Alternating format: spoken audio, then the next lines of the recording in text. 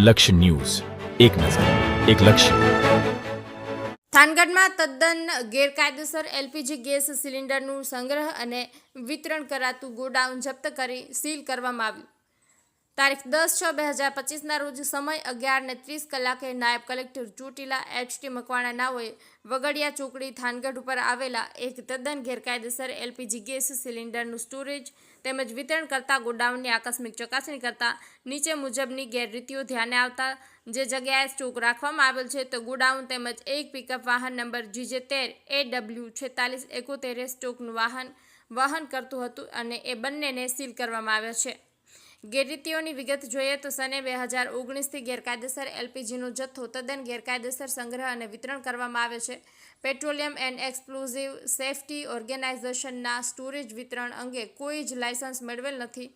કોઈ પણ પ્રકારનું હિસાબી રેકર્ડ જેમ કે સ્ટોક રજિસ્ટર, ગેસ કનેક્શન ધારકોની યાદી, વિતરણ કર્યા અંગેના કોઈ આધાર પુરાવાઓ મળ્યા નથી. ગોડાઉનમાં જ્યાં એલપીજી ગેસ સિલિન્ડર રાખવામાં આવેલ છે ત્યાં વીજળીના તાર ખેંચી પંખો ચલાવી એક્સપ્લોઝિવ એક્ટ અને રૂલ્સનો ભંગ કરેલ છે. પોતાના અને આજુબાજુના વાડાના લોકોનું જીવન જોખમમાં મૂકી ગોડાઉન અંદર વીજળીના તાર અને પંખો ચલાવતા હતા. જે ગ્રાહકોને ઘરે ડિલિવરી કરવામાં ન આવે તો ₹34 રિબેટ આપીને જોગવાઈ છે, પરંતુ ગ્રાહકોના નિવેદન લેતા તેમને કોઈ રિબેટ અપાતા નથી. ગેસ સિલિન્ડર રૂલ્સ 2016ના નિયમો 3થી 28નો ભંગ કર્યો છે. ગોડાઉનમાં સ્વચ્છતા રાખવામાં આવી નથી. સીઝ કરેલા જથ્થો જોઈએ તો એલપીજી સિલિન્ડર ભરેલા 36, એલપીજી સિલિન્ડર ખાલી 78, પિકઅપ વાહન નંબર GJ13AW4671. આ તમામ જથ્થો અમોને ગેસ સિલિન્ડર રૂલ્સ 2016ના નિયમ 71 તથા એલપીજી કંટ્રોલ ઓર્ડર 2013ની કંડિકા 13 મુજબ મળેલ સત્તાની રૂએ કુલ ₹6,63,822નો મુદ્દામાલ જપ્ત કરી સીઝ કરવામાં આવેલ છે. આ વિગતો પૈકી પિકઅપ વાહન સીઝ કરી મામલતદાર કચેરી થાનગઢ ખાતે ખસેડવામાં આવ્યું છે.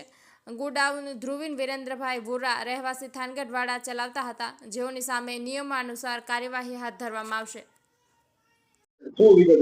આજ રોજ સવારે 10 વાગ્યાની અરસની અંદર અમારી નાયબ કલેક્ટર પ્રાંત ચોટીલાની ટીમ સાથે અમે થાનગઢ તાલુકાના જુદા જુદા વિસ્તારમાં તપાસણીમાં હતા. તે દરમિયાન થાનગઢથી મૂળી તરફ જતા રસ્તા પર એક બોલેરો પિકઅપ વાન જેનો નંબર છે GJ13AW4671 gas cylinder LPG gas cylinder છે એટલે કે ઘરેલું ગેસ સિલિન્ડર છે ઉતારી રહ્યો હતો.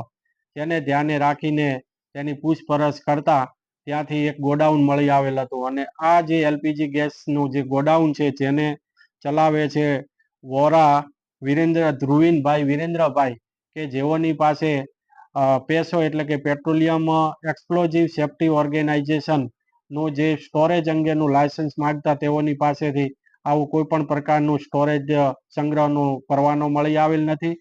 તદ્દન ગેરકાયદેસર આ ગોડાઉન ચાલી રહ્યું હતું.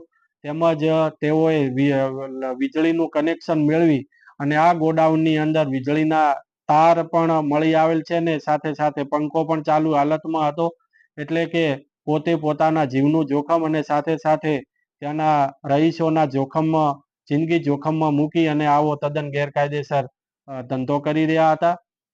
તેમજ જે સંગ્રહ નિયમો છે તેમાં કોઈ દિવસ બોટલ છે ગેસની એ ક્યારે હોરિઝોન્ટલ મૂકી શકાય નહીં, તેમ છતાં ગોડાઉનની અંદર ગેસની બોટલો હોરિઝોન્ટલ મૂકી અને ખૂબ જ જોખમી રીતે કામ કરી રહેલા હતા.